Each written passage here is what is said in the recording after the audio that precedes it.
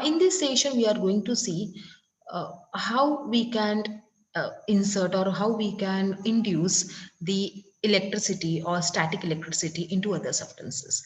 What are conductors and what are insulators? So we know very well that conductors which are allowing electricity or heat to flow through it. Okay, so the substances like silver, copper, like example metals. Okay, silver, copper, aluminium, iron, these are metals. Brass, steel, these are alloys, again made up of what? Metals. Mercury, metal, but it is in a liquid state. Carbon is non-metal, but few allotropies of carbon acquire a property of conductivity. Human body are conductors of electricity. They, what is a conductor of electricity? As I told you, they allow electricity to flow through them. But some substances do not allow electricity to flow through them. Example, cotton, rubber, plastic, wood, paper, glass, ebonite. You can see here, these are insulators of electricity. Means what? These electrons are not free to move. These electrons will not leave the atom. And that's why they do not allow electricity to flow through them. The reason for such substances to be conductors or to be insulators is due to a different number of free electrons in them. Substances which have a large number of free electrons are called conductors. And the electrons and the substances who have the very less number of free electrons or no free electrons are called insulators. Okay, the conductors allow charges to flow through it, but with the help of what? Flow of electrons. So here we can see that some substances have a large number of free electrons, some substances have a very less number of electrons. The conductors allow the charges to flow through the motion of free electrons, but the insulators do not allow the charges to flow because free electrons are not available for motion. Only insulators can be charged. See, now this is very important. Only insulators can be charged rubbing or friction. The conductors cannot be charged by rubbing because charge developed on them will flow away and will not remain with them. Not remain. That means static electricity means what? The charges should be remain over there. That means here once the electrons is transferred to the ebonite rod. Okay, now here you can see the ebonite rod is negatively charged. That means electron is moved from from fur to ebonite rod. So once the electrons is moved, the electron should not come back. The electron should rest at the ebonite rod only. That's why it is called static electricity, which is not possible in conductors. Conductors always flow the electrons from one point to another. They will not hold the electrons in them. That's why the conductors will not show a static electricity. Now here we can charge the conductors. We can charge the conductors, okay, with the help of the two methods, that is conduction and induction. Now, charging a conductor by conduction.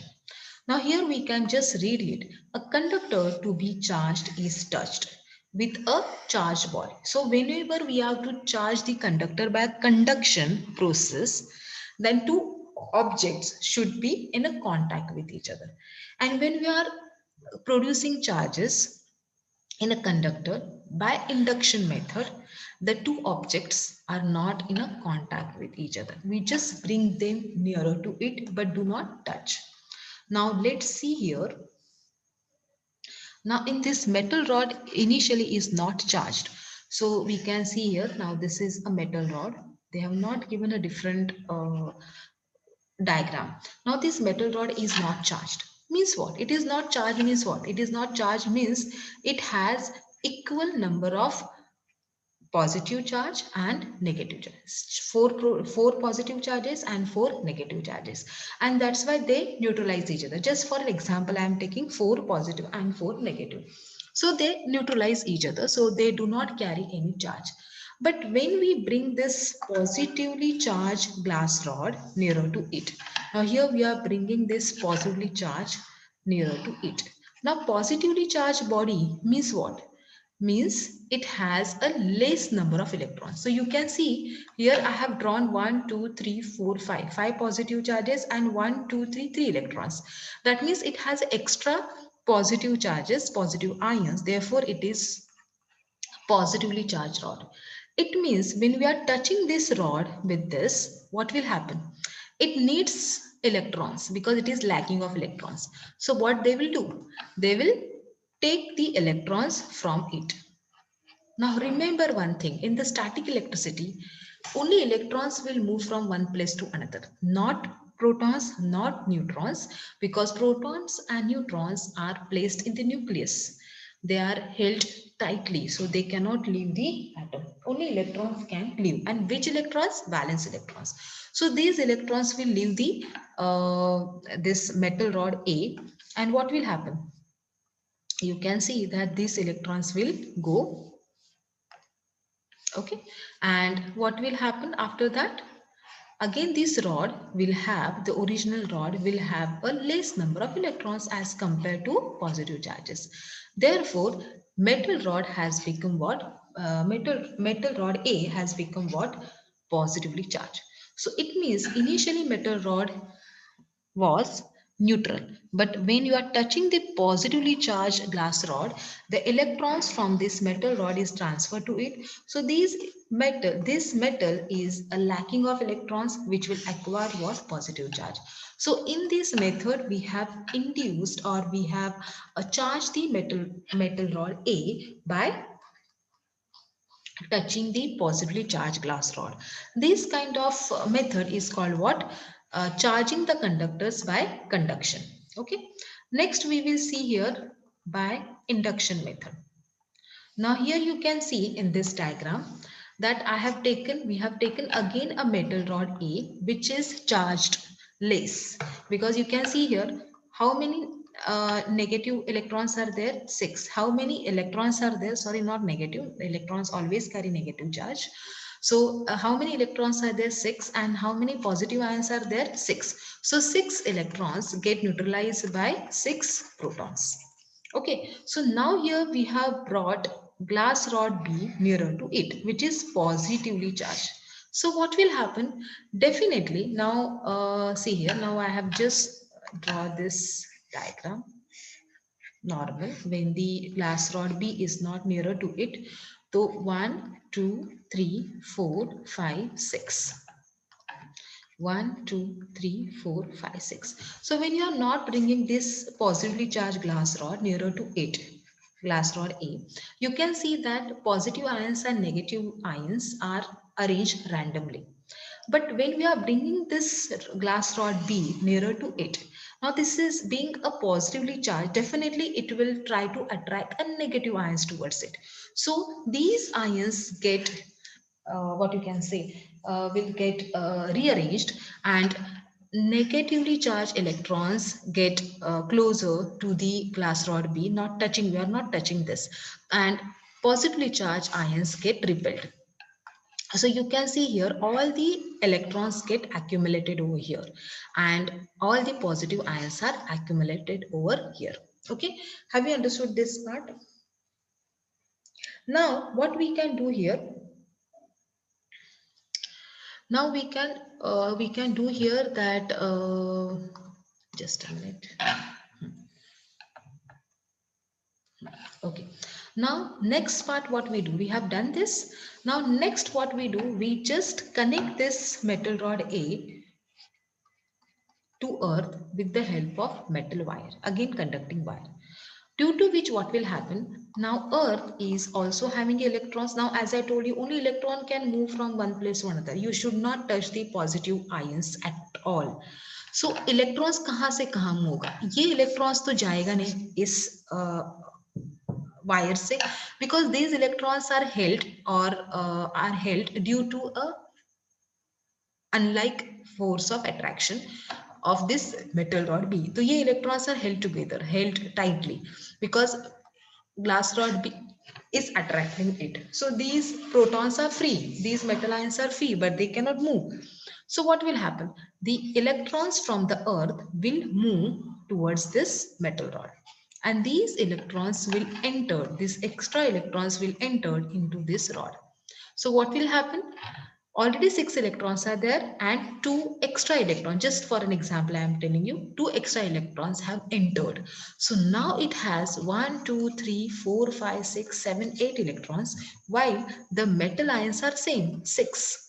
That means due to this action, the electrons will get excess in this rod, and therefore this metal rod has become what? Negatively charged. Okay, so this way we have induced the negative charge into it due to induction process. Okay, so again we can see here the differentiation between the conduction and induction. The charged body is touched with the uncharged body. The charged body is not actually touched with the uncharged body, but it is only kept close to it.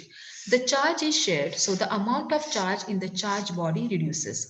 The charge is not shared, so the amount of charged body does not decrease. As I told you that conduction may we are not moving electrons, we are just touching electrons, and electrons definitely get transferred. Okay, so here we can see that the amount of charge in the charge body reduces, whereas here the charge is not shared, so the amount of charge body does not decrease, whereas it will increase. Okay, यहाँ पे क्या होगा? Electron is transferred from the uncharged body to charged body, so number of electrons in the newly formed charged body get reduced. Okay, यहाँ पे number of charge get not reduced because we have transferred electrons from earth to the metal rod to be charged. So the number of electrons remain, number of charges remain same. The charge on the uncharged body is of the same type, and the charge on the uncharged body is of opposite type. Okay, now see here, we again go back to the activity here. So you can see that when we are inducing the charges by the induction, now we are bringing the positively charged rod nearer to it, but a new this rod will acquire a negative charge, exactly opposite in the induction process. But when you are going for conduction process, you can see that same charges have developed. See, now this was uncharged. When we are touching this glass rod, the electrons is transferred from rod A to rod B. So we can see here this uncharged body get charged with the same charges. Okay, so this is due to conduction.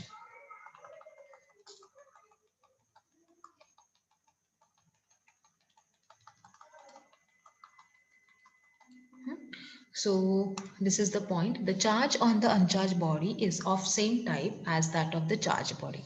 The charge on the uncharged body is of opposite type to that of the charged body. On removing the charged body, the uncharged body still retains the charge. The charge on the uncharged body remains only as long as the charged body is closed. As soon as the charged body is removed, the charges will also disappear. Okay, so this is the differentiation between the conduction process and induction process. So 2 marks, they will ask for 2 marks, so any 2 points you can write. Okay, I hope that you have understood this topic. Thank you.